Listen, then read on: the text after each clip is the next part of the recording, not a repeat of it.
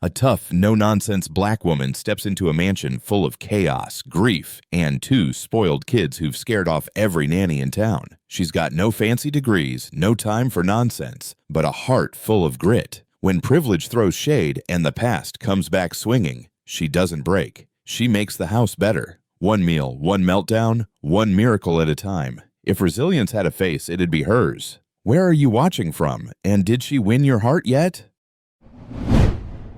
It was 7:15 on a Wednesday morning, and Vincent Dixon, CEO of Dixon Infrastructure Group and winner of last year's Best Dressed Executive Under 50, looked like a man who had lost a bet with life. His crisp white shirt was splattered with orange juice and a streak of something suspiciously yellow. His tie was missing in action, and his perfectly polished loafers had been replaced by mismatched socks, one blue, one gray. Somewhere in the kitchen behind him, the smoke detector was pleading for mercy as a forgotten slice of toast turned into charcoal. He clutched a spatula like it was a weapon in a war he was clearly losing. The blender had just made a noise that sounded like a dying animal, and a trail of cereal flakes led from the counter to the floor, forming a kind of breadcrumb path of defeat. Vincent wiped his forehead with a dish rag that also had ketchup on it, though he didn't remember making anything with ketchup.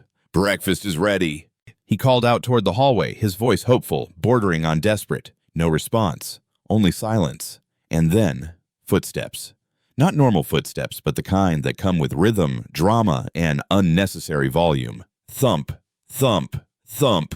From around the corner came Ariel Dixon, 9 years old, wearing a bathrobe like it was a royal cape and a pair of glittery sunglasses pushed up on her head. She had the energy of someone preparing for a press conference and the expression of a girl deeply unimpressed with the state of her world. Behind her came Asher Dixon, 6 years old, clutching a stuffed dinosaur by the leg and dragging one sneaker behind him like a prisoner being escorted to trial. His hair stood up on one side like it had refused to obey orders. "I want waffles," Ariel announced, her voice crisp and authoritative. "The square kind, not the round ones. Round waffles feel lazy." Vincent blinked. "There are no waffles. There are scrambled eggs. And toast and juice." "Just like yesterday?" Ariel's eyes narrowed.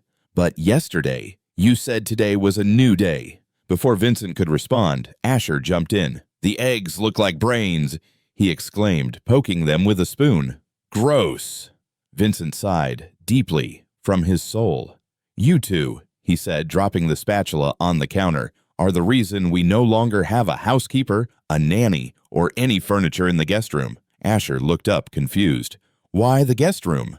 "Because the last nanny locked herself in there and refused to come out until I bought her a plane ticket to Arizona," Vincent muttered. Ariel took a bite of toast, chewed once, then dramatically spit it into a napkin. "Daddy, I love you, but this tastes like regret." Vincent gave up and sat down at the edge of a bar stool, staring blankly at the stove. For a man who managed billion-dollar projects, negotiated international contracts, and had 3 degrees, including an MBA from Yale, he had never felt more defeated than in this moment. The kitchen was chaos. The kids were chaos. His life, since his wife passed away 3 years ago, had been trying to balance grief, guilt, and 2 rapidly evolving small humans who seemed to conspire daily to test the limits of his sanity. He loved them desperately, but love didn't come with a manual, especially when it came to brushing long, curly hair at 6 in the morning, or explaining why Asher couldn't wear his Spider-Man costume to school for the 5th day in a row.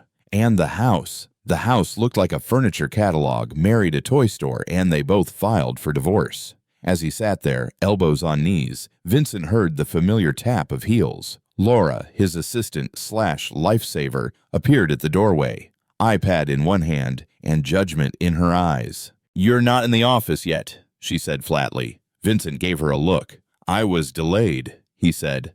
"By waffles." Laura glanced at the kids. Ariel was now critiquing the placement of fruit in her juice glass. Asher was pouring syrup directly onto his napkin. She nodded slowly. "Right, waffles." Vincent stood up and straightened his shirt, then immediately gave up on trying to fix it. "I need help, Laura, not another agency clone. Someone real, someone who doesn't think kids are accessories, someone who doesn't run at the first insult." Laura raised an eyebrow.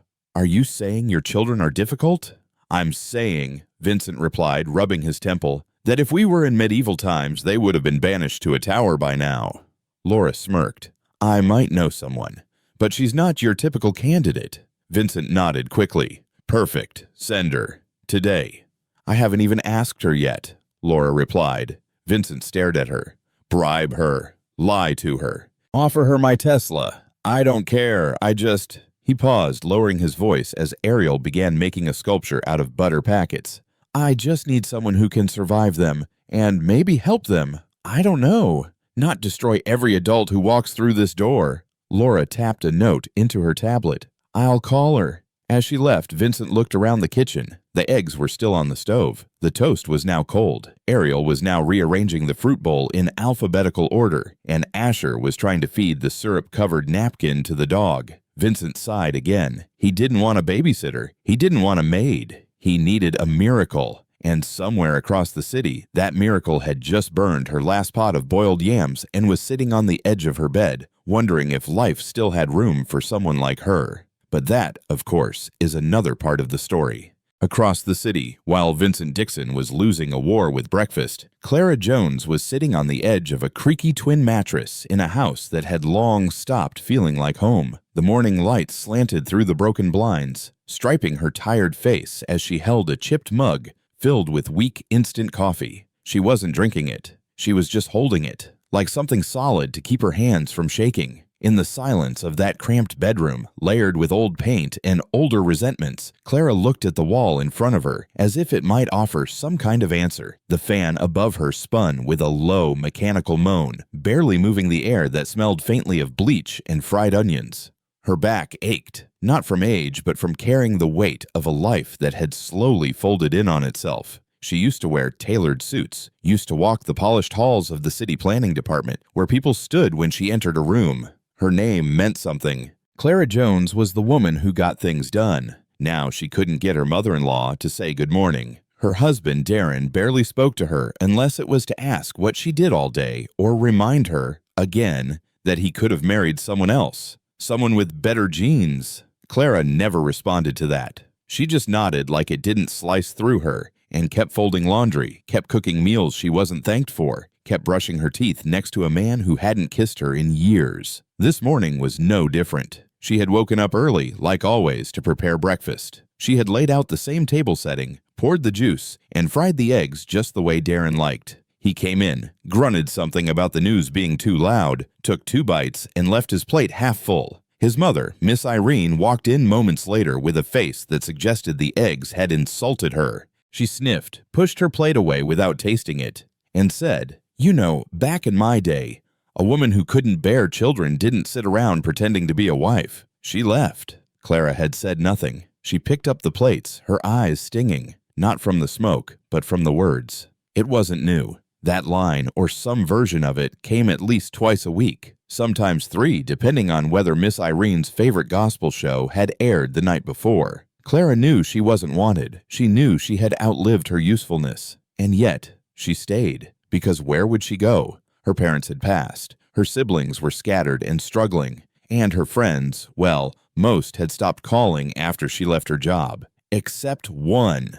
Laura. Laura had been her rock since college. They had gone through bad dates, late-night study marathons, and first apartments with moldy ceilings together. Now, Laura was a sharp-dressed executive assistant with her life seemingly in perfect order. She texted every week, checked in, sent memes and motivational quotes Clara often didn't open. But this morning, Laura called. "Hey, babe, quick question. Are you still looking for something? Anything to get out of that house?" Clara blinked, her body still in the kitchen, but her mind already halfway down a road she hadn't dared to imagine. "Yes. God, yes."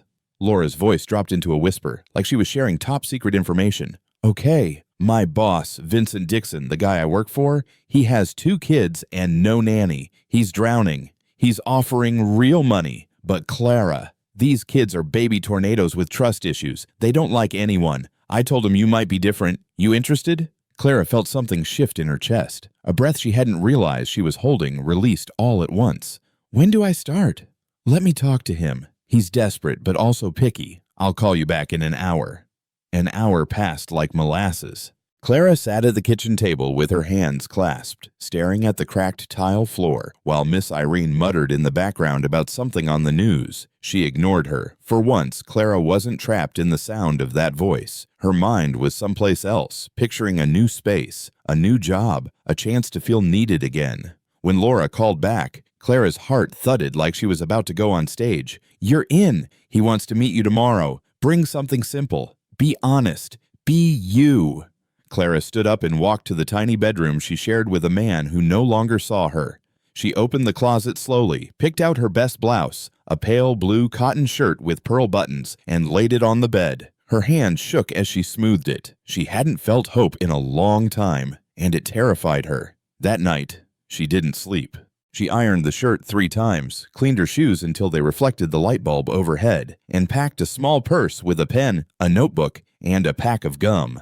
At 2 in the morning, she sat by the window, listening to the sounds of the neighborhood, wondering what would happen if she failed again. She wasn't young. She didn't have the patience of a 22-year-old or the energy of a gym instructor, but she had love. She had discipline. She had experience. And more than anything, she had a heart that still wanted to nurture. The next morning, she stood at the mirror and told herself quietly, "You are still you. You are still enough." Darren didn't look up from his phone when she told him she was going for an interview. He just nodded, barely listening, before saying, "Don't embarrass yourself. It's a nanny job, not the Senate." Clara walked out the door without responding. Her palms were sweaty. Her steps were uncertain. But her heart, though fragile, was finally moving forward. And across the city, 2 kids were busy pouring syrup on toast and rejecting anything that looked like responsibility. And one man was drinking cold coffee from a mug that said, "World's okayest dad," wondering if maybe, just maybe, today would be the day someone walked into their house and changed everything. Clara arrived 15 minutes early. She always did for things that mattered. Standing outside the Dixon Corporation headquarters, a towering glass building that looked like it had been carved out of ambition and polished with success, she checked her reflection in the revolving door one last time. Her blouse was crisp, her slacks freshly pressed, and her edges slicked back neatly. The morning air was cool, but sweat lined her palms. As she took a deep breath and stepped into the lobby, the scent of expensive cologne, leather, and fresh espresso washed over her. Everything in the building whispered efficiency and power, from the marble floors to the brushed steel elevator doors. Clara held her purse a little tighter. The security desk was manned by a man in his 30s, tall, clean-shaven, with a name badge that said Morris. He looked at Clara with a neutral face that didn't stay neutral for long. His eyes flicked down to her bag, her shoes, her skin. "Can I help you, ma'am?" he asked, polite but clipped. Clara cleared her throat. "I'm here to see Mr. Dixon. I have an appointment." His assistant Laura scheduled it. Morris gave a tight nod but didn't reach for the sign-in sheet immediately. Instead, he asked, "Do you have ID?" Clara blinked. She had been in offices like this before. She knew how these things worked, but there was something about the way he said it. Not cautious, not professional, but as if he was double-checking something that didn't look quite right. Clara handed over her ID and waited while he stared at it a beat too long. Finally, he gave her a visitor badge. "Take the elevator to the top floor. Laura will meet you." Laura was waiting near the reception desk, already in motion, smiling but speaking fast, like someone on a clock.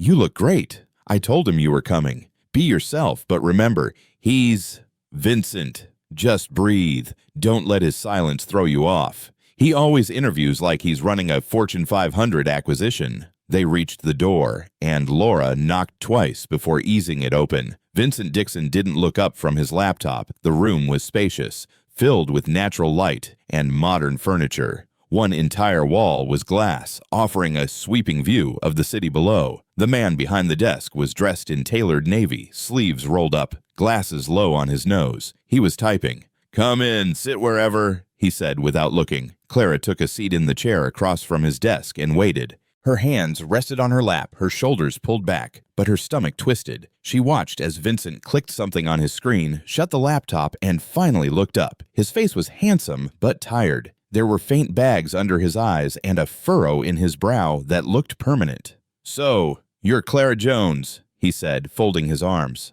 "Laura says you're reliable. I hope she's right. I've gone through 5 nannies in 2 years. 2 quit after the first week. 1 left during lunch. Clara nodded slowly. I understand. Do you have formal training in childcare? Degrees? Certifications? CPR? No degrees, Clara said, steady. But I have 20 years of experience raising my younger siblings. I've taught Sunday school for most of my adult life, and I know how to connect with kids who have big feelings. Vincent raised an eyebrow. Big feelings? Yes, Clara said. Children process grief and fear in ways that don't always look like sadness. Sometimes it looks like misbehavior. He paused. That caught his attention. Clara saw it. The small shift in his posture, the slight lift of one brow. It wasn't approval, not yet, but it was interest.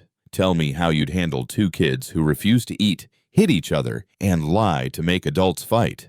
I'd listen first. Then I'd set rules, not harsh ones, just clear. I'd show up every day the same way until they trusted me enough to believe I'm not leaving. Kids like that don't need perfection. They need consistency. Vincent leaned back in his chair and exhaled. He tapped his fingers on the desk. The job pays $500 a week, room and board included. First month is probation. If you leave, no partial pay. If you stay, contract extends. Fair? Clara nodded. Yes, that's fair. You start Monday. Laura will send the paperwork. My kids don't take to people. Don't expect hugs. Don't try too hard. Just keep them alive and don't let them burn the house down. Clara stood, smoothing her slacks.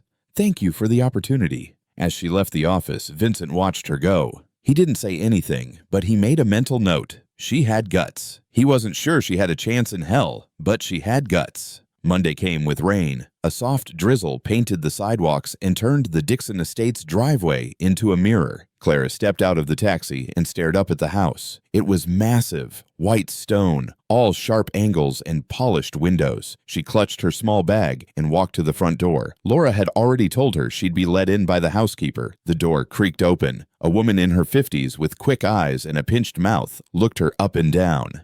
You must be the new nanny, she said flatly. Come in, they're in the playroom. Clara thanked her and stepped inside. The house was silent except for the faint sound of cartoons coming from upstairs. Clara followed the sound, her heart in her throat. She reached the playroom and stood in the doorway. 2 children sat on beanbags, iPads glowing in their small hands. The girl, Ariel, looked up first. She had a head full of curls and eyes that said she was used to being disappointed. Her expression didn't change. She glanced at her brother, Asher, who didn't even look up. Clara smiled gently. Hi, I'm Clara. I'll be helping out around here. Neither child responded. Asher paused his game and finally glanced her way. How long are you staying? He asked, voice flat. Hopefully a while, Clara said, but that depends on how things go. Ariel tilted her head. They all say that. Clara walked further into the room and sat in the chair by the wall. She didn't try to touch anything, didn't try to make them talk. She just sat, present, quiet, watchful. Upstairs, Vincent stood at the top of the staircase, mug of coffee in hand. He couldn't hear what was being said, but he could see Clara through the railing. She wasn't forcing anything. She wasn't performing. She just was. He sighed. Let's see how long she lasts. And downstairs, Clara smiled to herself as Asher peeked at her from behind his screen. Just for a second. It wasn't much, but it was something. The morning after Clara officially started her job at the Dixon household arrived like a quiet warning.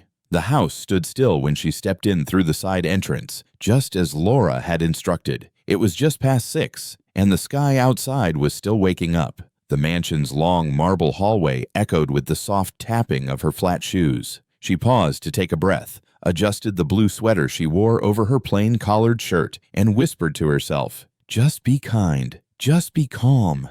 The kitchen was massive, far larger than any she'd worked in before, filled with brushed steel appliances that gleamed like they'd never been touched. Clara placed her bag neatly in the pantry corner and washed her hands. Her fingers trembled just slightly, not from fear, but from the knowledge that this meal, this morning, would be the first real test. She'd done this before. She'd cooked for church groups of 50. She'd fed babies who cried through dinner.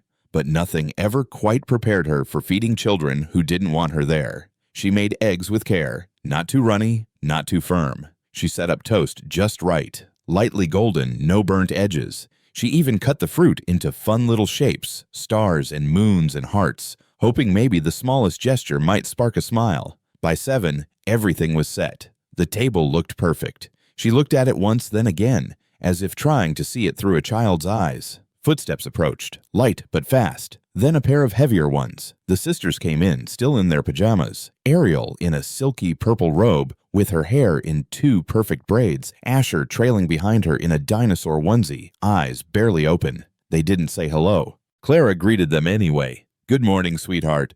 "Hi there, Asher. Breakfast is ready." Ariel's eyes went to the table, scanned it quickly, then turned back to Clara with a face that would have made most grown-ups flinch. "Did you put cheese in the eggs?" Clara blinked, then smiled gently.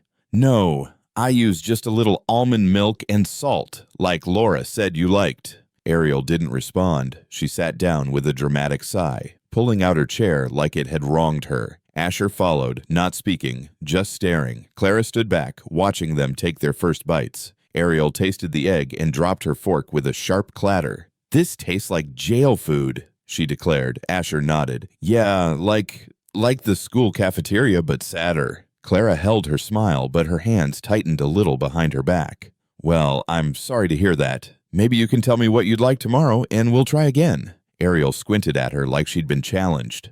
"You won't be here tomorrow. They never are." Asher giggled and whispered, "Let's make a bet." They didn't whisper low enough. Clara crouched to pick up a napkin that had fallen, gave herself a second to breathe, then stood back up. "I don't plan to leave unless you chase me out," she said softly, meeting their gaze with calm. "And even then, I might just chase you right back." Ariel looked confused, like she hadn't expected a comeback that didn't involve shouting or tears. She narrowed her eyes, then quietly pushed her plate away. "Not hungry." Asher poured his milk onto the floor. Clara paused, stared at the mess for 2 long seconds, then reached for a towel. "I guess your imaginary fish needed breakfast too," she said without anger. The sisters exchanged glances, unsure what to make of that. Clara cleaned the floor in silence, not speaking, not scolding. When she looked up again, she smiled, not in mockery, but with an exhaustion she hid well. Vincent, who'd been watching from the staircase above, shook his head slightly. He had heard every word, every clang of a fork, and every complaint. He leaned on the banister, sipping his black coffee slowly, trying not to interfere, but wondering how long she would last. Every other nanny either cried, yelled, or left by noon. But Clara was different. She didn't ask for respect. She acted like she already had it. Later that morning, as the kids disappeared upstairs and the house fell into a strange quiet, Clara stood at the sink, rinsing the last plate. Her hands were steady again, though her back ached. She allowed herself a few minutes to stand by the window. The sun had fully risen, but the warmth hadn't quite reached her yet. She pulled out a small cloth from her pocket and dabbed her forehead. The towel was old, soft, from years of use, faded pink with a tiny sewn-in flower that had come unraveled. She stared outside, watching birds peck at the feeder by the garden fence. Her lips parted slightly, as if whispering something to herself. Maybe a prayer, maybe just breathing out everything she hadn't said. It was the first time in a long while that she wasn't boiling water for someone else's bath or defending herself from her mother-in-law's tongue. Her peace didn't last long. A loud crash came from upstairs, then shouting, "Give it back, Asher!" "It's mine! You stole it from my desk!" "I had it first." Daddy said, "No, he didn't." Clara wiped her hands and headed up quickly. She didn't run. She didn't panic. But her steps were quick, firm, familiar with the sound of war between siblings. She found them in the hallway, wrestling over a tablet. Ariel had one sock on, hair frizzed from stress, while Asher clutched the device like a shield. Okay, Clara said gently. "Let's freeze. Nobody wins a fight by yelling." They paused, just a little. She knelt, looked at both of them evenly. "Tell me what's going on, one at a time." Asher huffed. "I was playing with a race car game. Ariel took it and said I was hogging it." Ariel folded her arms. "He's lying. He was watching weird slime videos and wouldn't let me have a turn. That tablet is mine anyway." Clara looked at both of them. "You know what? I think it belongs to your father. Let's take it downstairs and put it on the shelf for now. We can set a timer later so everyone gets a turn." Asher opened his mouth to protest, but Clara gently placed her hand on the tablet. "No negotiations today, just fairness." To her surprise, they didn't fight it. Ariel rolled her eyes but let go. Asher muttered something under his breath, but followed her downstairs. As they returned to the living room, Vincent was walking toward the front door with his phone in hand. He stopped and looked at Clara, then at the kids. "Everything all right?" he asked. Clara gave a small nod. "Just a disagreement. It's sorted." He looked at her for a second longer than needed, then gave a slight nod. "Let me know if they give you too much trouble." "They haven't yet," Clara said, then added, "They're just learning how far they can go." Vincent didn't smile, but something behind his eyes shifted. He turned and walked out. Back inside, Clara sat on the couch. The tablet now rested on the high shelf, out of reach. She exhaled. The day wasn't over, not by a long shot, but she had survived the first half. And, more importantly, so had the children, with fewer tears than usual, maybe a little less chaos than the day before. From the stairs, Ariel peeked down, watching Clara silently, then retreated. Not in fear, but in thought. Something about this one was different. And somewhere in the quiet space between tantrums and toast, that difference was starting to matter. If someone had told Clara that her first real breakthrough with the Dixon kids would come not through warmth, but through strategy, she wouldn't have believed them. But on that quiet Thursday afternoon, after wiping syrup off the dining chairs for the third time, she sat in the living room with a cool glass of lemonade and a plan. A plan born not from frustration, but from watching, learning, and understanding two very intelligent, very lonely children who had been allowed to run free for far too long. Ariel and Asher weren't bad kids. They were just unmoored, like little boats without anchors. Clara wasn't going to yell. She wasn't going to plead. She was going to disrupt their little kingdom, just enough to show them what life looked like without their tiny thrones. So, as they napped upstairs after school, she quietly gathered every toy, every screen, every electronic distraction they owned, wrapped them in a spare blanket, zipped it up, and shoved it under Asher's bed. She even left their room looking suspiciously untouched. That evening, when the kids bounced upstairs after dinner, their shrieks of panic echoed through the house like a fire alarm. Clara kept her face neutral as they came charging downstairs. "Miss Clara!" Ariel shouted, hair a mess, cheeks flushed, eyes wide with fear. "My iPad is gone, my pink journal, my unicorn stickers, everything. Someone stole my Switch and my race car." Asher wailed, clutching his chest like he'd lost a limb. Clara put down her magazine slowly, deliberately. "Stolen? Are you sure?" Her voice was calm, maybe too calm. "Yes," they yelled in unison. She raised an eyebrow. "Where did you leave them?" "In our room, duh," Ariel snapped, then blinked, realizing her tone. Clara leaned back. That's serious. Maybe someone snuck in while I was asleep on the couch." She pulled out her phone. "Should I call the police?" Asher nodded solemnly. "Call them. This is an emergency." Clara pretended to dial, even walking into the hallway for effect. "Yes, officer. I'm reporting stolen property. Yes, children's electronics. Yes, they are very upset. Next week? Oh, I understand. Thank you." She walked back, sighing. "They said they're too busy, can send someone next week." Ariel gasped. "Next week? But I can't sleep without Mr. Wiggly." Clara clapped her hands together gently. "Then we have a problem, or maybe a challenge." The kids watched her warily. Asher narrowed his eyes. "What kind of challenge?" "I will help you look for your toys," Clara said, her voice softening. "But I need something from you, too." "Like what?" Ariel folded her arms. "Respect," Clara said. "No more shouting, no more making messes for fun, no more skipping meals. You treat me the way you want to be treated. And in return, I treat your belongings like they matter. Deal." There was a beat. Then Asher looked at Ariel. "Oil." Ariel rolled her eyes, but not out of annoyance. More like she knew Clara wasn't bluffing. "Deal," she said finally. "Deal," Asher echoed. They searched the whole house. 2 hours. Under beds, behind couches, even in the freezer. Clara kept the energy light, playful. They laughed. They teased. They bonded. When she finally found the missing bundle under the bed, their faces lit up like Christmas morning. "You saved them!" Ariel shrieked. "Maybe you just didn't look hard enough the first time," Clara said with a wink. That night, something shifted. It wasn't huge, but it was real. Ariel sat next to Clara during her evening tea and asked about her favorite colors. Asher brought her a drawing of what he called Super Clara, fighting off monsters. She nearly cried. She didn't, but she nearly did. Upstairs, Vincent had seen everything. Not the entire plan, but enough to recognize that something had changed. He stood behind the staircase, arms crossed, coffee going cold in his hands. Clara had done in days what 15 nannies before her couldn't accomplish in months. His kids were behaving, not perfectly, but better. They were smiling, not just loud, bratty grins, but real smiles. Honest ones. Laura noticed it too. That Friday afternoon, while organizing Vincent's schedule, she leaned over and whispered, "She's a keeper." Vincent nodded slowly. Yeah, she might be. But that wasn't the only thing on his mind. There had been whispers. 2 board members had made offhand comments about Clara's presence at his home. One had even asked, not kindly, whether it was a good look to have someone like her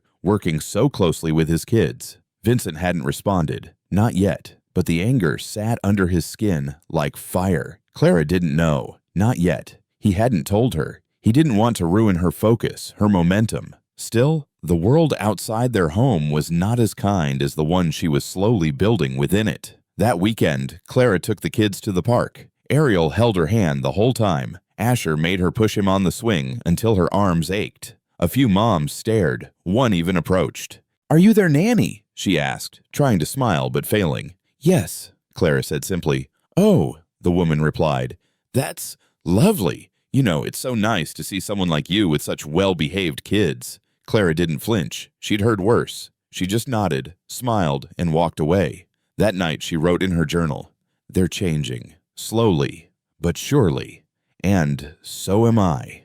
She didn't know Vincent had read that line the next morning when he was searching for his charger and stumbled upon the open notebook. He closed it gently, said nothing, but the words stayed with him all day. He found himself defending her, subtly, in meetings, emphasizing the children's progress at home as a reason for his improved focus. When someone asked if she was a permanent solution, he answered without hesitation, "She's the reason I make it to work with my mind still intact. That's all that matters." Vincent wasn't perfect, but he was paying attention. Clara didn't need a savior. She just needed a chance. And for the first time in years, it felt like the right people were finally beginning to see that. One of Clara's silk scarves lay torn on the floor. Ariel's doing. But Clara didn't yell. She didn't scold. She just stood there, silent, as if something inside her had quietly unraveled along with the fabric. Her fingers curled slightly at her sides, not in anger, but in restraint. It wasn't the first time a child had lashed out at her, but it was the first time it stung like this, because Clara had started to care.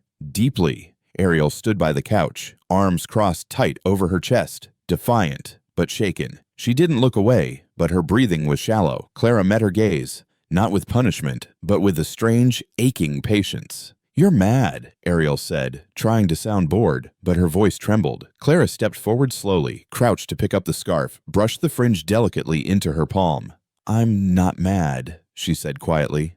"But that one was special to me." "Then why didn't you stop me?" Ariel's voice cracked. "Why didn't you yell like the others?" Clara folded the ruined scarf gently and stood upright. "Because yelling doesn't fix broken things, and you looked like you were the one about to fall apart." Ariel blinked fast and turned away. It was quiet for a few moments before she asked, almost accusingly, "Why don't you have your own kids?" The question hit harder than the torn scarf ever could. Clara didn't answer right away. Her lips parted, then closed. When she finally spoke, her voice was soft enough to hush the air around them.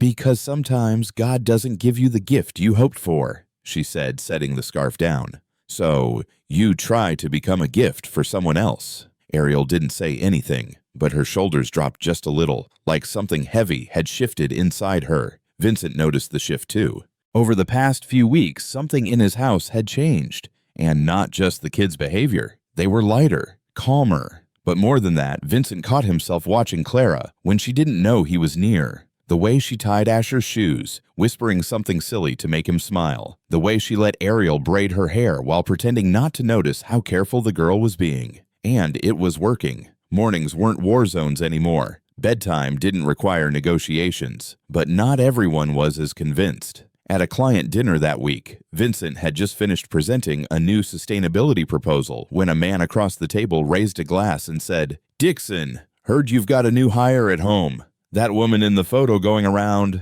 pretty brave of you." Vincent's hand froze around his fork. "Brave?"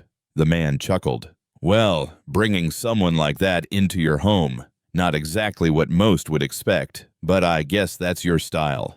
Vincent looked down at his plate. He felt a sharp burn in his chest, but said nothing. Later, in the parking lot, one of his colleagues tried to soften the blow. "People just talk, you know.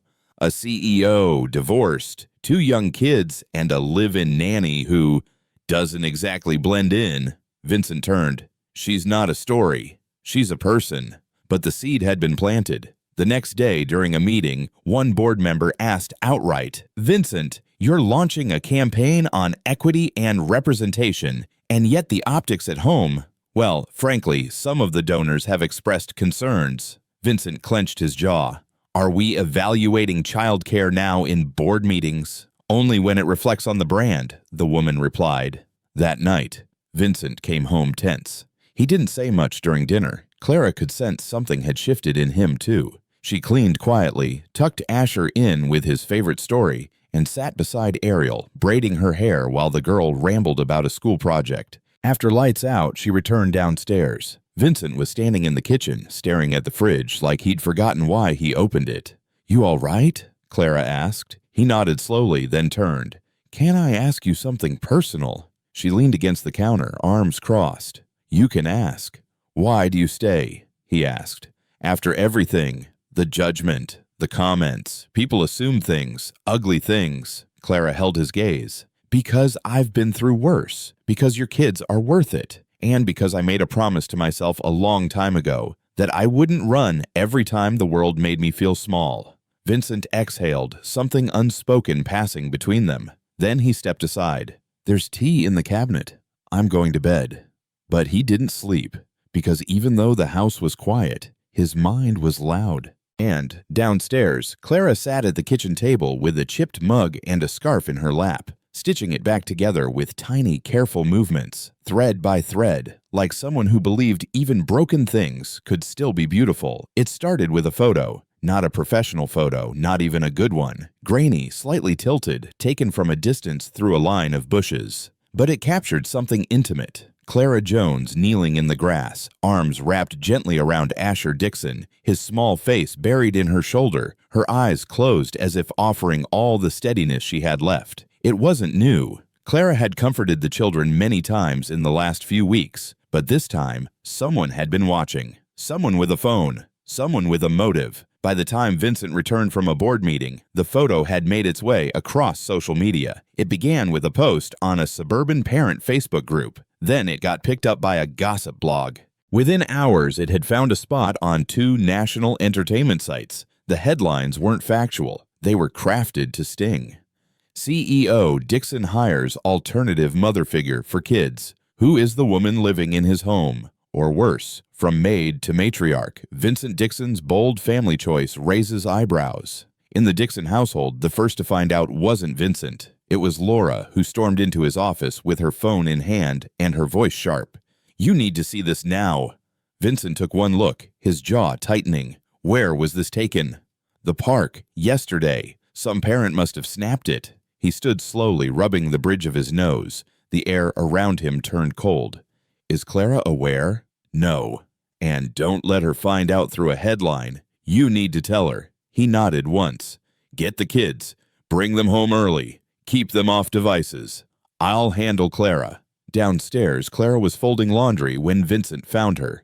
She looked up, smiled softly, then noticed the look on his face. She stood straight, shoulders instinctively bracing for bad news. "Something happened," she said. "Yes, sit down." She sat slowly, the warmth in her face replaced by caution. Vincent handed her his phone, already open to the article. Clara read silently. Her hand went to her chest as she absorbed each line. When she reached the part that speculated about her relationship with the family, she flinched. "They think," Vincent spoke low. "They want a story. They don't care if it's true." Clara set the phone down, exhaling through her nose. "I need to go. This isn't good for the kids, or for you." "No, "You're not going anywhere." "Vincent, Clara, look at me. You didn't do anything wrong. Those kids are thriving because of you. I won't let a headline decide what happens inside my house." Her voice cracked. "But outside your house, the world thinks I'm some charity case who wormed her way in." And Vincent sat beside her. "Then we show them who you really are." She turned away. "You don't know how fast this kind of thing spreads, how hard it is to shake off once people decide what they see when they look at me." He didn't argue. He let the silence speak, because she was right. The next day, the backlash reached the boardroom. An emergency meeting was called. Vincent walked in late, sleeves rolled, jaw clenched. 8 men and women sat at the long glass table, their expressions unreadable. One of the senior partners, Gregory Harlan, cleared his throat. "Vincent, we need to discuss the optics of the situation. Is this about the photo? It's not just a photo, it's become a conversation. Online, in our investor groups. We have a diversity campaign launching next quarter. The timing is fine." Gregory sighed. "Let's be honest, you hired a live-in caregiver. She's black. She's not certified. And now the media's framing it like you're blurring professional lines." Vincent's voice was sharp. "She's saving my family." "That may be true, but you have to think of perception. The world doesn't like to see too much crossing of boundaries." "You mean racial boundaries?" Gregory shifted. "I mean class, status, appearances." Vincent stood. "I won't apologize for the person who got my children to smile again. If you think a photo is going to derail our credibility, then maybe the problem isn't the photo." Silence followed. Not agreement, but enough discomfort that no one spoke again. That evening, Clara stood at the stove, stirring a pot of soup. She moved slowly. Her energy was low, her usual warmth muted. Ariel sat at the kitchen island drawing, while Asher stacked crackers into a tower. Neither child noticed the tension in the air, but Vincent did when he walked in and saw Clara's shoulders hunched tighter than usual. He pulled out a folded sheet of paper from his jacket and handed it to her. She opened it, and her breath caught. It was her letter of resignation. She had written it last night. Before she could speak, Vincent ripped it in two. "You don't quit. Not for them." Her eyes filled. "I just didn't want to bring more trouble. You brought light. Don't confuse it." Ariel looked up.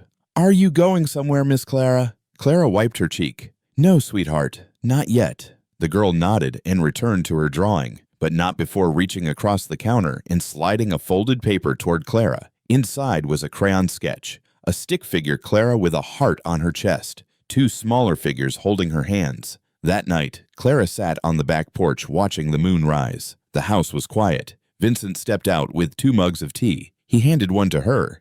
"You okay?" She nodded slowly. "I know what I'm up against. It's just, I thought maybe, in this house, I could escape it." Vincent sat beside her. "You did, but the world finds its way in." She smiled, tired. "Then I guess we better be ready for it." He clinked his mug against hers. "We are." And from the upstairs window, 2 little faces peeked through the curtain, watching them sit side by side, unmoved, unbroken, together.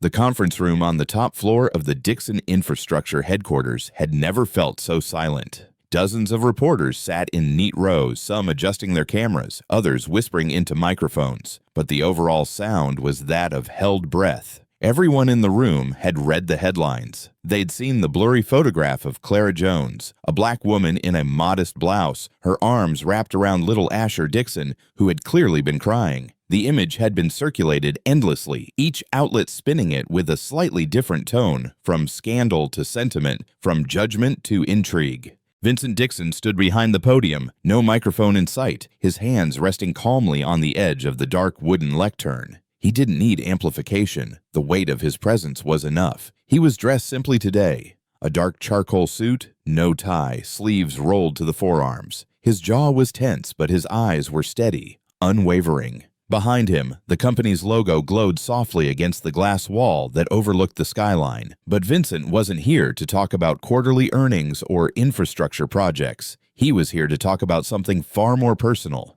"Thank you all for coming," he said, voice even. "I know there's been speculation, and I know my silence up until now has allowed that speculation to grow. But this morning, I want to make something perfectly clear." In the second row, a reporter from a major financial outlet shifted forward, pen poised. Another, from a gossip blog, adjusted her recorder. Vincent continued, 3 years ago, I lost my wife. And since then, I've been raising our children the best way I knew how. I've made mistakes. I've learned. And a few months ago, I met someone who changed everything. Behind the stage curtain, Clara stood with Laura, her hands clasped tightly in front of her. She wasn't meant to speak today. She didn't want to. But Laura had insisted she be there, not in the crowd, but close enough to hear her name defended. Vincent took a breath. Not dramatic, just steadying. I did not hire Clara Jones because of her race. I did not bring her into my home for charity. I did not bring her in for appearances. I brought her into my home because my children needed someone who would see them for who they are. Messy, grieving, brilliant, difficult, loving. And Clara Jones saw them. Someone near the back cleared their throat, then asked not loudly but audibly, "So what is she to you, Mr. Dixon?" Vincent didn't flinch. He looked up, scanning the crowd, then said firmly, "She is not a servant. She is not a placeholder. She is not a rumor. She is a human being. And in a time when my home was falling apart from the inside, she became the glue." There were murmurs, some nods, some pens scratched harder. Vincent's tone softened, but didn't lose its strength. My daughter smiles in the morning now. My son no longer has nightmares. That change didn't come from me. It didn't come from therapy. It came from trust. And Clara earned that trust the hard way. By showing up every day, with no promises and no guarantees, she earned it with patience, not perfection, with presence, not pity. Behind the curtain, Clara blinked hard. She hadn't expected to cry. Not here. But the words touched something deep, something she had long thought gone. "I will not apologize for who brings peace into my household," Vincent said. "And I will not tolerate any insinuation that the color of a person's skin determines their value or their intention." A pause. Then he added, "If any of you came here hoping for scandal, I'm sorry. What you're witnessing isn't scandal. It's restoration."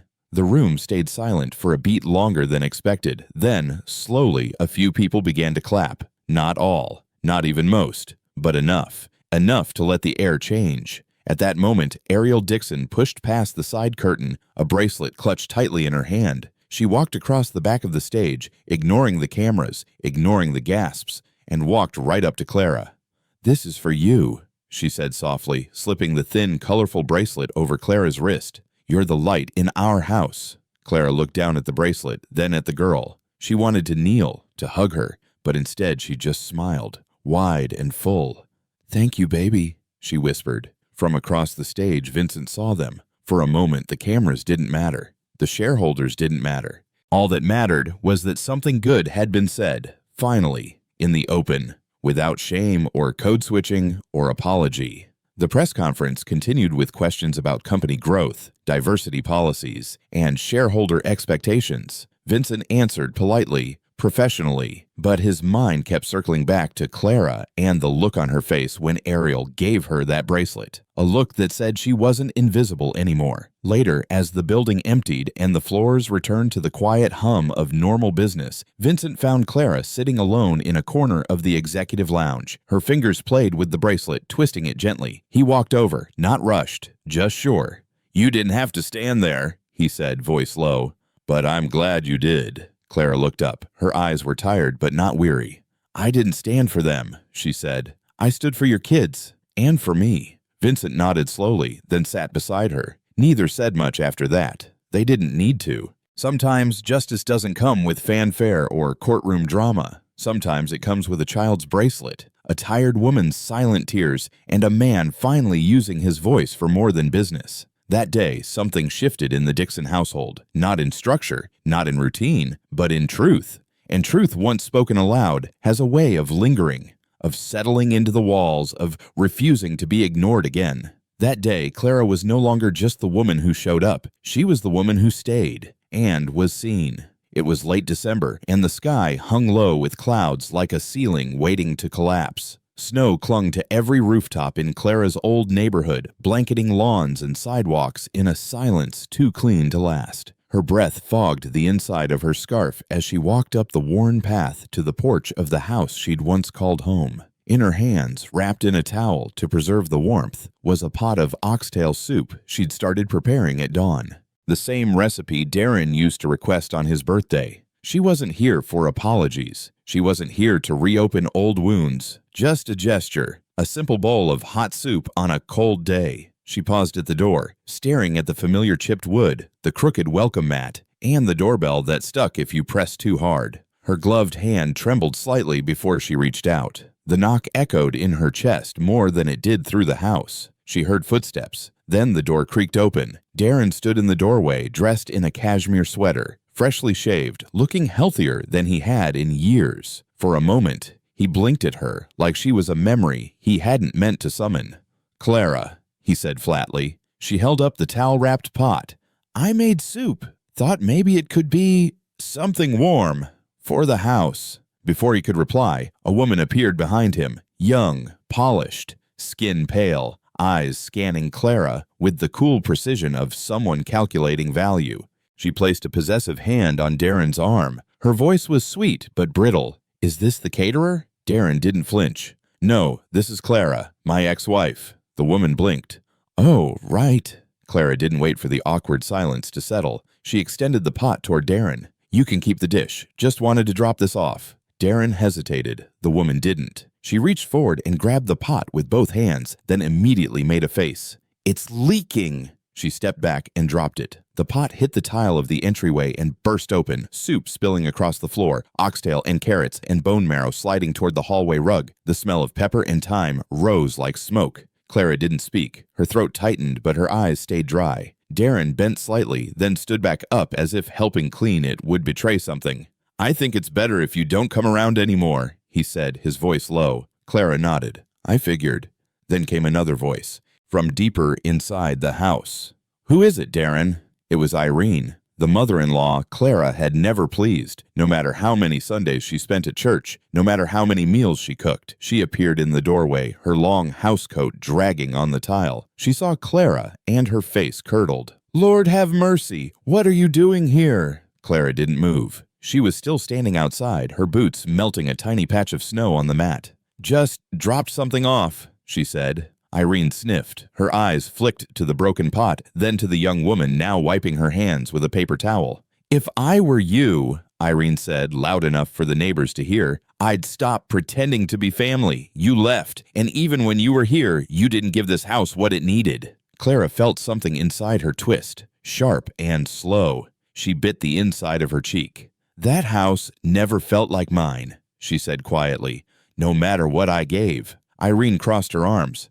"Because a woman who can't carry her husband's name in blood isn't a wife. She's just visiting." Clara stepped back. The cold bit at her ears, her fingertips. She nodded once, not in agreement, but in finality. "Goodbye, Miss Irene." She turned, stepping over the soup, back into the snow. No one followed. No one called her back. The wind whipped harder on her walk to the bus stop, cutting through her coat. But she didn't quicken her pace. She carried nothing now. No pot, no guilt, no illusion. Only a cardboard box she retrieved from the front stoop on her way out. Someone had left it there without a word. Inside were the fragments of her life in that house. A photo of her in a blazer accepting an award. A yellowed envelope with her maiden name written in cursive. A half-empty bottle of perfume she hadn't worn since the divorce. She sat at the bus stop, the box in her lap, and exhaled slowly. Not from exhaustion, but from clarity. She had needed this. Needed to see for herself that there was nothing left behind her worth reaching for. Her phone buzzed. A message from Laura.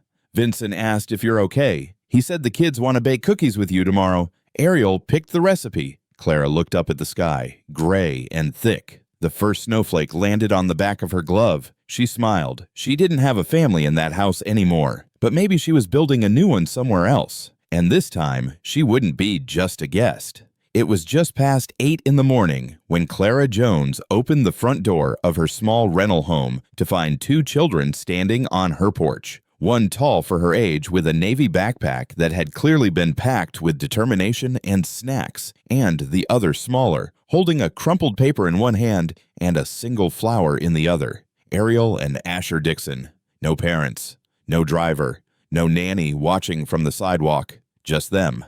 Just those 2 familiar faces staring up at her, like she was the final page in a story they didn't want to end. Ariel was the first to speak. Her voice was steady, but her lip trembled slightly, the way it always did when she was working too hard to act brave. "We came to find you." Clara blinked. The morning sun was still low, casting long shadows across the porch floor. She hadn't even finished tying her headscarf, and the smell of oatmeal lingered in the air from her half-eaten breakfast inside. "Does your father know you're here?" she asked carefully, her voice warm but cautious. "We left a note," Asher offered quickly, holding up the wrinkled piece of paper. "It says, 'Gone to get our mom back.'" Ariel wrote it. Clara crouched down to their level, her knees aching from the cold, but her heart already softening at the sight of them. She took the note, unfolded it gently, and read the childlike scrawl. It was simple, direct, spelled almost entirely right. She looked back at Ariel, whose chin was lifted in quiet defiance, and then at Asher, who now looked a little nervous but not ready to turn around. "You walked here?" she asked. "From your house." Ariel nodded once. "It took forever, but we followed the bus stops and then walked the rest. We asked a lady for directions when we got close. She let us use her phone to look up your address." Clara's eyes fluttered shut for a second. She inhaled deeply, steadying her breath. She knew this wasn't just some childish rebellion. This wasn't about waffles or bedtime or missing game nights. This was something deeper, a need, a decision, a message. Ariel stepped forward and reached into her coat pocket. She pulled out a bracelet Clara had once fixed for her, a string of small wooden beads and elastic thread. "I want you to have this," Ariel said. "I know it's silly, but I want you to know you're still our family, even if you don't live with us anymore." Clara's throat tightened. She couldn't speak. She reached out, gently taking the bracelet, and wrapped it around her wrist like it was made of gold. "You didn't have to come all this way," she whispered. "But I'm glad you did." Before she could say anything else, there was a sudden voice behind them, rushed, out of breath, slightly panicked. "Ariel! Asher!" Vincent's voice echoed from the sidewalk as he came jogging up, his tie askew, jacket open, and phone clutched in one hand like a lifeline. He looked half relieved and half devastated, the way a father does when he finds his children safe, but knows he's the reason they ran in the first place. He froze when he saw Clara. Their eyes met. Neither of them moved, neither of them smiled. It had only been 10 days since she'd left, but it felt like months. Clara rose slowly, standing between the children and the man they both belonged to. Not as a shield, but as something firmer, something irreplaceable. Vincent approached carefully, as if afraid he might scare them all off. "They were gone when I woke up," he said, his voice hoarse. "Just a note on the table and a house too quiet." He looked at Ariel, then Asher. "You scared me." Ariel didn't respond. Asher looked at the ground. Vincent's gaze shifted to Clara again. "They came to find you," he said, "because they still think of you as home." Clara's hands stayed at her sides. She didn't offer forgiveness. Not yet. She wasn't angry, at least not in the shouting way. But the hurt was still there, sitting quietly in her chest, like a scar that hadn't faded. "I didn't leave them," she said softly. "I left the noise, the judgment. I left because no matter how much I loved them, the world outside your door kept telling me I didn't belong inside." Vincent stepped closer. "That was never what I wanted." "But it's what happened," Clara replied. "I was good enough to raise your children, but not enough to be seen as equal in your circles. I wasn't just hurt, Vincent. I was erased, smiled at in private, and questioned in public. Do you know what it feels like to be trusted in the kitchen, but doubted in the boardroom?" Vincent looked away, not because he didn't know, but because he finally did. "I was wrong," he said. "I should have spoken louder, sooner. I let their stares win. I let your silence do the heavy lifting." "And I let it break me," Clara said. "But I won't do that again. I can love them without losing myself. I can care without surrendering." There was a long pause, the kind that feels like it could tip in any direction. Then Ariel stepped between them, eyes blazing with clarity. "If she can't live with us, then we want to live with her." The words hit like a drumbeat in Vincent's chest. He exhaled slowly, deeply. "I don't want it to be either or," he said. "Clara, if you'll let me, if you'll let us, we'd like to offer something different this time. Not as help, not as a favor, but as family." Clara shook her head, gently but firmly. "I'm not going back as a replacement, not as the help. If I'm in your lives, it's because I belong there, not because I fill a gap." Vincent nodded. "Then come back as yourself. Come back with your own keys, your own name on the door, your own space. Not as a stand-in, as someone who matters." There was a silence then, but it wasn't awkward. It was the kind of silence where hearts speak louder than words. Clara looked at the kids, at their tired shoes and hopeful faces. She looked at Vincent, not perfect, not polished, but real. Finally, she said, "I'll be in your lives, but not to be rescued, and not to rescue you either. I'll be part of your circle, not the edge of it." "We'll make a new one," Ariel said. "No edges. No colors," Asher added. "Just people." Clara's lips curved into a small, genuine smile. She opened the door wider. "Well then," she said, "come inside. You've been out in the cold long enough." That afternoon they stayed, not as guests, not as invaders, but as a strange, beautiful patchwork of what a modern family could look like. Clara didn't unpack her bags. She didn't promise forever, but she let them sit at her table. She let them stay for tea and toast and long, winding conversations as about anything and everything. That night, when Vincent texted her from home, he said only one thing: "Thank you for opening your door. I hope one day we deserve it." And Clara wrote back, "Doors don't stay closed forever. Sometimes they just need someone to knock for the right reasons." That weekend, Vincent arranged for new keys to be made, not just for Clara, but for the children too. Keys to her house, keys to his. Because love, when it's real, doesn't live behind one lock. It lives in the hands of those willing to turn it open. And that house, the house where Clara once cried alone, began to look less like a shelter and more like a sanctuary. One where no one asked why love looked the way it did. Where no one questioned the skin that comforted, or the voice that soothed, or the hands that healed. A house where children didn't care who gave birth to them, only who showed up, who stayed, who chose them again and again, without needing a title or permission. In that space, something new was born. Not a family by blood, not a family by law, but a family by decision. And that kind of family, it doesn't fade. It doesn't crack. It grows. It lasts. It heals. And on a porch in the quiet stretch of a Sunday morning, a little girl braided Clara's hair while her brother tried to teach the cat how to do tricks. And Clara laughed. Not politely, not carefully, but freely. Because finally, she wasn't someone's secret. She wasn't someone's help. She was someone. And she was home. It was a clear Saturday morning when the Dixon family arrived at Crest Hill Elementary for the annual community celebration. The parking lot was already full of cheerful chaos. Balloon arches bounced in the breeze. Booths were lined up with homemade crafts and lemonade stands, and the sound of children's laughter blended with the muffled beats of a local jazz band. Vincent wore a soft blue blazer over a casual shirt, a look that somehow made him seem less like a CEO and more like a regular dad. Clara walked beside him, dressed simply in a pale yellow blouse and slacks, her hair pulled back neatly, her presence calm and composed. Ariel clutched Clara's hand without thinking, the way a child does when they feel safe. Asher skipped ahead, holding a drawing he'd made just for his teacher. They looked like a family, and for the first time, they moved like one. Inside the auditorium, where the morning program would take place, seats were filling quickly. The event was casual, but the crowd was not. Many parents here were influential. Partners from law firms, real estate developers, a senator's wife in the third row. Vincent nodded to some familiar faces. Clara remained behind him with the kids, focused only on making sure Asher didn't trip over his untied shoelace. The school principal took the stage, a tall woman with kind eyes and a booming voice. She welcomed the families, introduced a few student performances, and then called up several children who had been nominated for their kindness, growth, or leadership. To Clara's surprise, Ariel was one of them.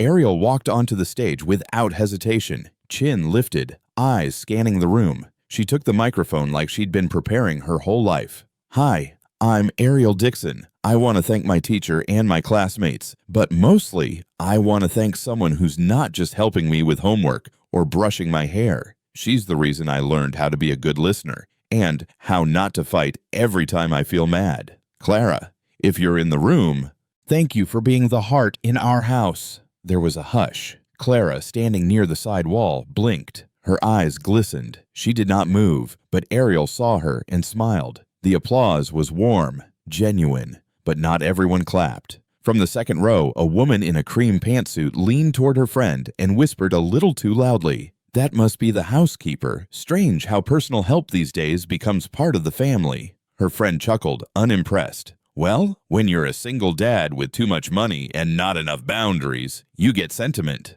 Clara heard it. She didn't flinch, not right away, but Vincent did. He turned his head slowly, his jaw tight, his eyes locked on the woman, who froze as she realized he had heard. He rose from his seat. Then he walked straight to the principal and asked for the mic. The room turned quiet again as he stepped onto the stage, not as a CEO, not even as a father first, but as a man who had watched someone earn respect and be denied it simply because of who she was.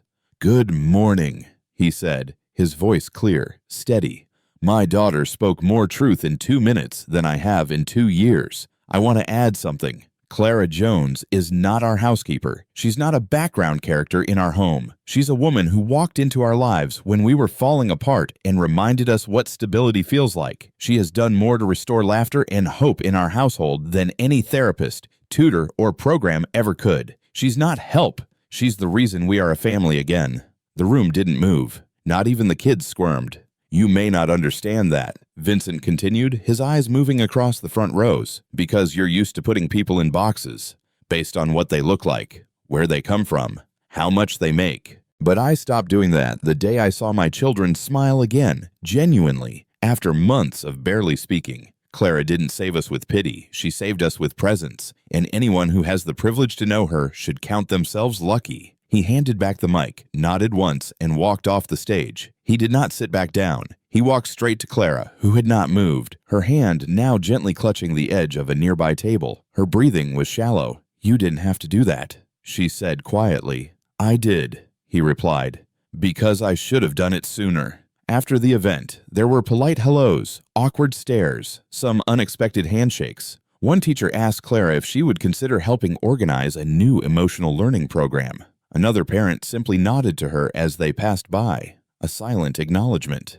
But it was the kids who made the biggest statement. Later that afternoon, back at the house, Ariel came downstairs holding a shoebox wrapped in silver paper. "Open it," she told Clara without explanation. Inside was a bracelet, a simple one made from ribbon and plastic beads, but each bead spelled a word: family. "We made it last week," Ariel said. "We were waiting for the right time." Clara touched the bracelet like it was made of glass. Her fingers lingered, her lips trembled, just slightly. "Thank you," she whispered. That evening, Clara sat outside on the porch as the sun dipped low. Vincent joined her, holding 2 mugs of tea. "The world isn't always fair," he said after a pause. "But every once in a while, we get to change a piece of it." Clara looked at the bracelet on her wrist. She didn't smile, not quite, but her eyes softened. "Sometimes it just takes someone noticing." He nodded.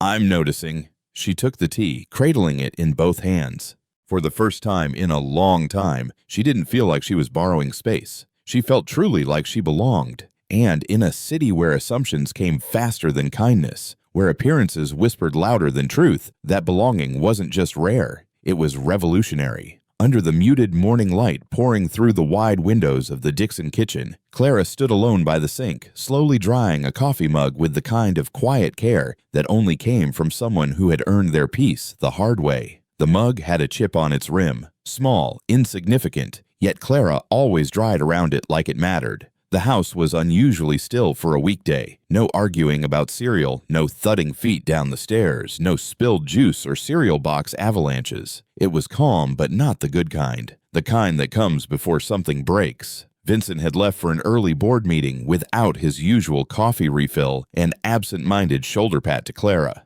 His mind was somewhere else lately, and Clara knew it. Not because he said so, but because he didn't. The quiet had changed. It wasn't restful, it was heavy, like the pause between lightning and thunder. Ariel came down first, unusually dressed and unusually quiet. No tiara, no sunglasses, no dramatic entrance, just a simple sweater, jeans, and that downturned look she wore only when something was bothering her. Clara offered her a smile and a plate of sliced apples, but Ariel shook her head. "Not hungry," she murmured, sliding into the chair with a heaviness that didn't belong to a child. Clara sat across from her. "Wanna tell me why?" Ariel shrugged, then looked toward the window. "People at school are talking. A mom from Asher's class came to pick up her son yesterday. She saw me hugging you goodbye." She paused. "Today, 2 girls told me their moms said you were just a maid. That I should stop calling you our Clara, like you're part of the family. Clara inhaled slowly. Not shocked, not even hurt, really, just tired. And how did you respond? Ariel looked down. I said they were dumb. Then I threw my lunchbox at them. It exploded everywhere. Ms. Breyer called Daddy. He looked mad. Clara reached across the table, gently touched Ariel's hand. You know something, sweetheart. There are people in this world who use titles to make themselves feel bigger. Calling someone a maid like it's an insult says more about them than it ever could about me. Ariel's lips twitched. You don't mind that they said that? Clara gave her hand a squeeze. Not if you don't. Asher came stumbling in just then, still in pajama pants, but with one sock halfway off and a plastic dinosaur stuck in his hoodie pocket. He paused when he saw the serious faces, then plopped into his chair and said, I punched a kid in the arm yesterday. Clara blinked. Okay, you want to unpack that? He pulled out the dinosaur, started spinning it in his fingers. He said you couldn't be our nanny because you don't look like the other ones. He said real nannies are young and blonde and don't look like people who work in kitchens. Clara stood and walked over to him. She crouched to his eye level. And what do people who work in kitchens look like? Asher shrugged, eyes big, suddenly unsure. He said it like it was bad, but you make good food. You don't yell. You don't quit. You stayed. Clara smiled. That's because I care. Even when it's hard. Even when people don't understand. The boy reached forward and hugged her tightly, arms thrown around her neck with a quiet fierceness that caught her off guard. Ariel watched, then joined them, and for a long moment, they just sat like that. A tangle of arms, warmth, and something more. Later that evening, when Vincent returned, his jaw was tight, his eyes shadowed with something unsaid. Clara was organizing the bookshelf when he walked in, briefcase slung carelessly in one hand. We need to talk, he said, voice lower than usual. She nodded, stood upright, brushing her hands on her apron. Yes, we do. He walked into the kitchen, poured himself a glass of water, and leaned against the counter. The board asked me about you again. They asked why I hired someone with no childcare degree, no recent references, no optics. He didn't look at her when he said it, just stared into his glass like it held better answers. Clara crossed her arms gently. And what did you say? He met her gaze. I told them I hired the woman who made my kids feel safe for the first time in 3 years. The woman who taught them boundaries without fear, who got Ariel to stop biting her nails and Asher to sleep through the night. She nodded slowly, but the ache behind her ribs stayed. That's kind of you. Clara, they want me to let you go. The words hit like ice water. He looked at her fully now, guilt bleeding into every line of his face. Not because of performance. Because of image, because this world still judges who belongs in what spaces. They think a black woman in this house is a political statement, that I'm being reckless. Clara swallowed the lump rising in her throat. And what do you think? He didn't answer immediately. He put the glass down, walked to the window, stared at his reflection against the night. I think I can't lose you. And not because I can't cook, but because my kids have never been better. Because this house finally feels like a home again. Clara stepped closer. Her voice was calm but firm. Then don't lose me. Don't let them dictate your household with their prejudice. Stand up for what you know is right. He turned, met her eyes. I'm trying, but this could cost me more than just board approval. We're on the edge of a major expansion deal. One wrong move, and they could vote me out. She took a breath. Then you have to decide what matters more, a title or your children's peace. And that night, Vincent sat in his home office with the door shut and every light off but the lamp on his desk. His phone buzzed again and again, texts from colleagues, emails from PR advisors, warnings veiled in politeness. Clara was trending in whispers. Some parent at school had written a Facebook post, painting the scene with bias wrapped in sugar. So sweet that the Dixon children have someone to care for them. But we must ask if it's appropriate to blur the lines between help and family. He closed the laptop, picked up a photo of his wife, Rachel. She had always believed in fighting for what was right, not just what was easy. Her eyes stared back at him, frozen in a laugh that never faded. He whispered aloud, "What would you do?" The next morning, Vincent walked into the kitchen in a crisp navy suit and stood behind Clara as she washed dishes. "Call a press conference," he said. She turned, confused.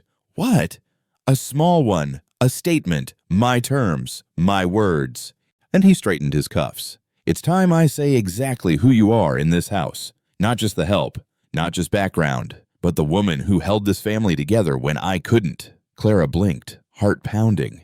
Vincent, are you sure? I have to be. For them, for you, for me. That Friday, in front of a modest group of reporters and with Ariel and Asher sitting quietly in the front row, Vincent stood at a podium and began to speak. Not with spin, not with gloss, but with clarity. He introduced Clara by name, detailed her impact not just as a caregiver, but as a stabilizer, an educator, a protector. He named the hypocrisy of standards that celebrated polished diversity in brochures, but questioned it at home. He ended with this: "My children know the difference between someone who clocks in and someone who shows up. They know the shape of loyalty, of grace, of love that isn't bound by job titles. Clara Jones isn't just our nanny, she's our family." And if that makes some people uncomfortable, then maybe they need to question what comfort really costs. That speech would ripple through the weekend. Some donors pulled back, some parents whispered louder, but others, many more, sent letters, emails, gifts, words of thanks from people who had felt invisible in polished homes. And Clara, quietly, kept showing up each day with clean clothes, soft words, and the kind of courage that doesn't need applause to matter. She wasn't there for headlines. She was there for Ariel, for Asher, and maybe a little bit for herself. And at last, for the first time in years, that felt like enough. Thank you for staying with us until the very last word. If you're still here, it means something in this story spoke to your heart. Maybe it was the quiet resilience of Clara, the messy courage of Vincent, or the small, tender triumphs of two children learning how to trust again. We told this story with love, not perfection, with memory, not spectacle. And if, even for a moment, it reminded you of hope, or dignity, or the quiet power of being seen and not judged, then maybe you know why we had to tell it. We'd love to know. Where in the world are you listening from?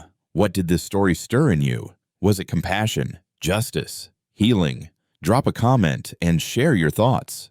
Your voice matters here, more than you know. And if this story has earned it, we hope you'll be with us for the next chapter. Until then, hold on to the people who see your worth, even when the world looks the other way. Join us to share meaningful stories by hitting the like and subscribe buttons. Don't forget to turn on the notification bell to start your day with profound lessons and heartfelt empathy.